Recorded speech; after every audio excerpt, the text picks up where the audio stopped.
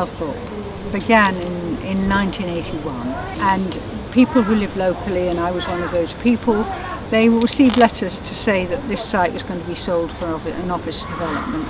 It was absolutely critical because they owned the land here, and there was a plan to develop the land, and they had community planning officers. So this was in King's Cross. This was a special area because there was a area of social need, but also it was a very multicultural area. And we were able to make representation to the Labour group at the council, and they were forced to back down because they did realise that they couldn't actually do it because the site had now been designated as for housing and open space. The next Labour council that was voted in said they weren't selling any of their assets, so the site remained empty. So we started a big planning campaign to find out what people really wanted on the site. We did some work on visualising, planning the possibilities with young people, children, older people. What could we do if we had this space? Mostly it was in the short term, and it would be open space, a play area, somewhere for young mothers to meet together, somewhere to do some gardening and sit and be peaceful. There were a whole mixture group of people involved in this. Older residents who'd lived all their lives in Hampton Street and around the area, newer families that had come here, big Bengali community, because King's Cross has a big Bengali community.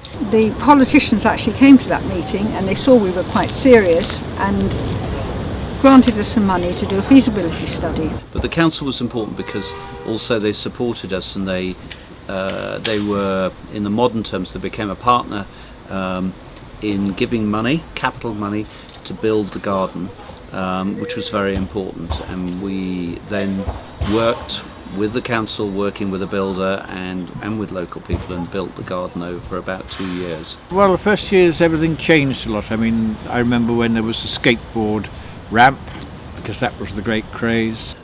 We're talking about 30 years of change and growth. There were none of the mature trees that we have here now.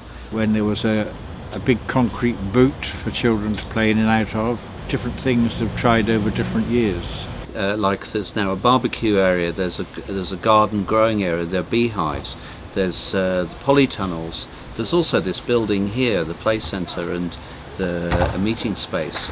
Calthorpe Project is about 1.5 acres. Now that includes the building, the football pitch and the garden areas.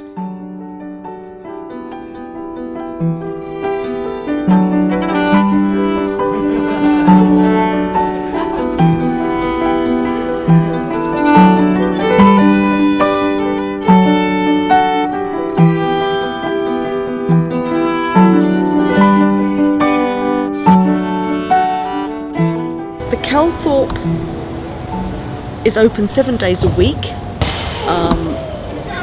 and we do pretty much something for everybody who lives in the area, from the early years service, where we have a special building over there for parents and carers of children aged under 5, through to weekend and after school activities for children over 5. We work with adults doing volunteering opportunities. We've got community classes in the evening, during the day, an older people's garden group.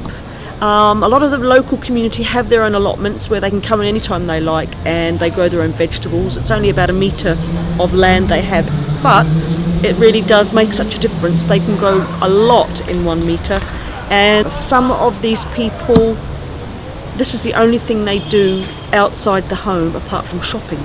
So it's really quite vital for these people, and they get to know their neighbours, and they feel a lot safer and happier in their community. Calthorpe is like my garden from home.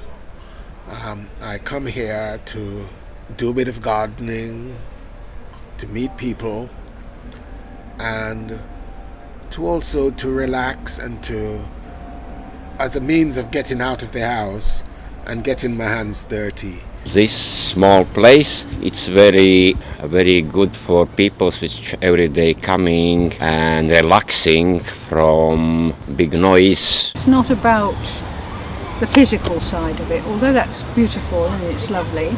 It's actually about the social side of it, you know, that children have actually grown up with the project, and it's affected them in very strong ways in their future lives. This park is 30 right now. I'm almost 30 myself, so since I was born, like, I've been using this park. I've been coming since I was a little toddler. Now I'm working here. I mean, I've been working here as a play worker. Before that, I've been working here as a youth worker, working with some of the teenagers, you know, trying to help them get into the right direction, doing a little bit of like group work activities.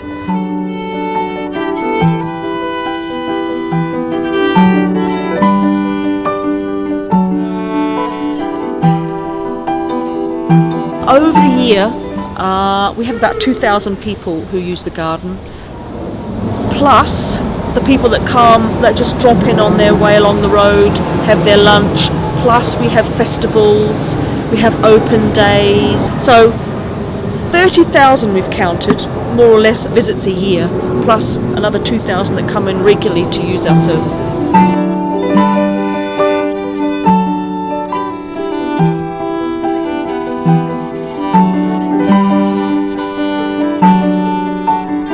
Whilst people are here, they're improving their health because they're getting more physically active, they're getting out of the house and meeting people, so they're reducing isolation, they're learning new skills, they're learning how to grow their own food, they're learning how to cook. A lot of the parents live isolation, overcrowded, they don't have gardens, they live in a very small place in center of London, and this is really like a paradise. Children come to the garden and they just learn about plants, they grow their own vegetables. As I say, they learn where the food comes from. My family live in a very small flat. The only gardening they've got is a tiny window box, so it's a great safe space for Frank to come and play outside and learn about gardening and how things grow and the relationship between gardening and food. Also they learn about animals and creatures and living in different habitats. He understands that things grow in the greenhouse differently to growing outside, and we go pond dipping in the pond at the back. We do a lot of encourage parents, children to eat fruit, to cook properly. So they use beans, they use the potatoes, the pumpkins, and we do soups, we do bread. We believe that introducing healthy habits at the very early stage of children's life will help them to make better and healthier decisions when they grow up.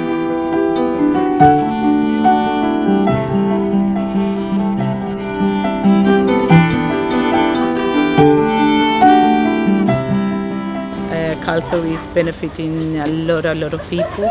So there are people that they live by themselves, they're over 60, they don't see many people during the week.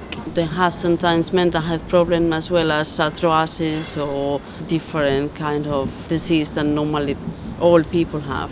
People who have nowhere to go, people who have no money to enjoy the main parks in Camden or in other places in central London. So they said that they have improved the mobility, the well-being, the mental health. All of them, they said that Fridays is the day that they are looking forward during the week. In the late 90s, I began to suffer mental health problems. And when I found out that there was a group growing vegetables at Calthorpe, I joined them because growing fruit and vegetables has proved to be healthy. The older people's garden group, they cook together every Friday. We harvest food every week. With this food that we harvest, we cook in the kitchen, and then every individual, they take some food home and they cook dishes for themselves, or sometimes they cook a dish that they bring back the following week to share with the group. It actually feels like a family dinner party.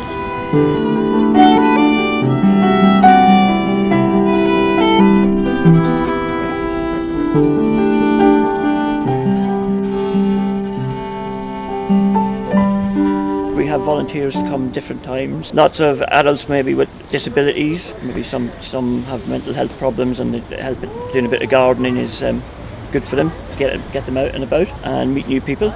Yeah, I thought Elfie coming here. I don't mind just like get out of the house, just come here, do some work. I really like it here and all that. I like meeting new people, helping gathering.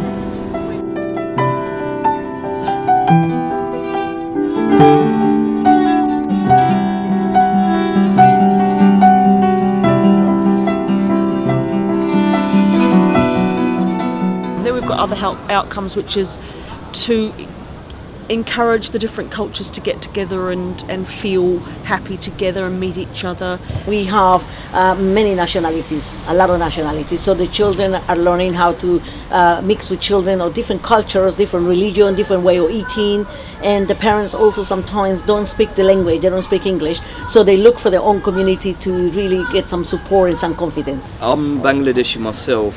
From the 70s we had a very big Bangladeshi population that moved into this area around King's Cross. Bengali women who came for the English classes, they are now into growing their own food, and they have little plots in the garden.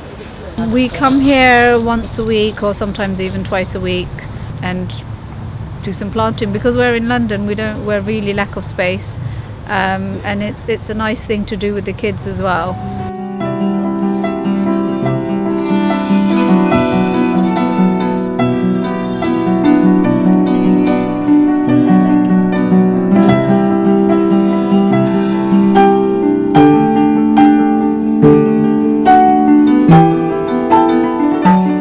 Then we have got positive activities for children and young people to stop them getting into trouble, to help them maybe get more skills. So we work with Street League, which is a national football charity, working with 16 to 25-year-olds, helping them get back into employment, education or training. You know, young people benefit from all sorts of different things when they come into this place, and they pick up a lot of skills as well. We do activities like sports. We work with our local people from the area around the Calthorpe Project, after school clubs, but also we run summer programs and programs during school holidays. We do activities based on arts and crafts. We do a bit of cooking, we do gardening.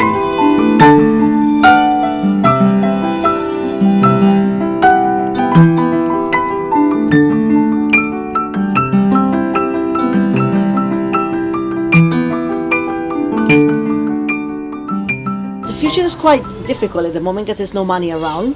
Finding money to keep our services going is a bigger and bigger challenge all the time. So all the grants have been taken away. The government, the council is not very interested in giving money to projects like this. And a couple of years ago, that we actually had, although we were well funded up to then on revenue funding, we lost all our funding from Camden Council. So we've had to rethink how we develop and how we run ourselves. We've come to the realisation that we need to change the way we run the Calthorpe and the way we use our spaces.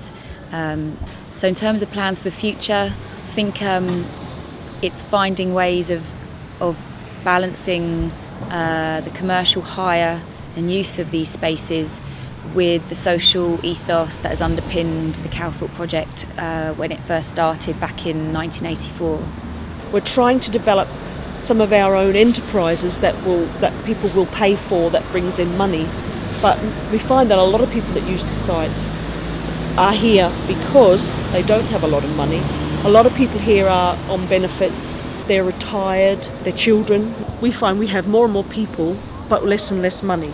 One of the ideas we have, which we could make happen if we get funding from the social investment business, is to build a new building sort of up against this wall, which would provide a new indoor space, a changing room, new office space, which would improve the way people use the football pitch at the moment, would give staff a bit more headspace to maybe run things more efficiently.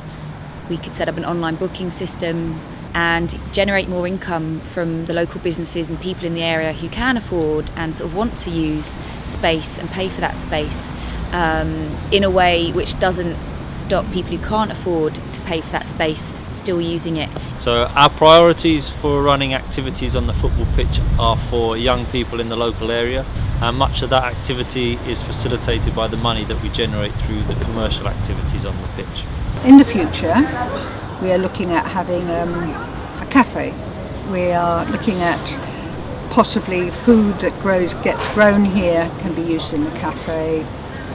We're also having plans, or actually bought an anaerobic digester.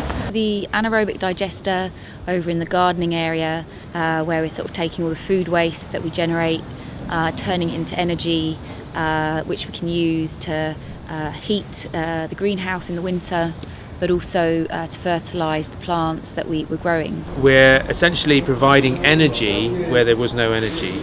We're providing some heating, some lighting and some refrigeration, and a sort of a place for the volunteers to hang out. All of which link with the project's activities as well. So we're not looking at getting a cafe chain. That's the most exciting thing, is that you can really have quite intensive agriculture in an urban environment, organically and also autonomously. Sustainability in all aspects is part of what Calthorpe is about.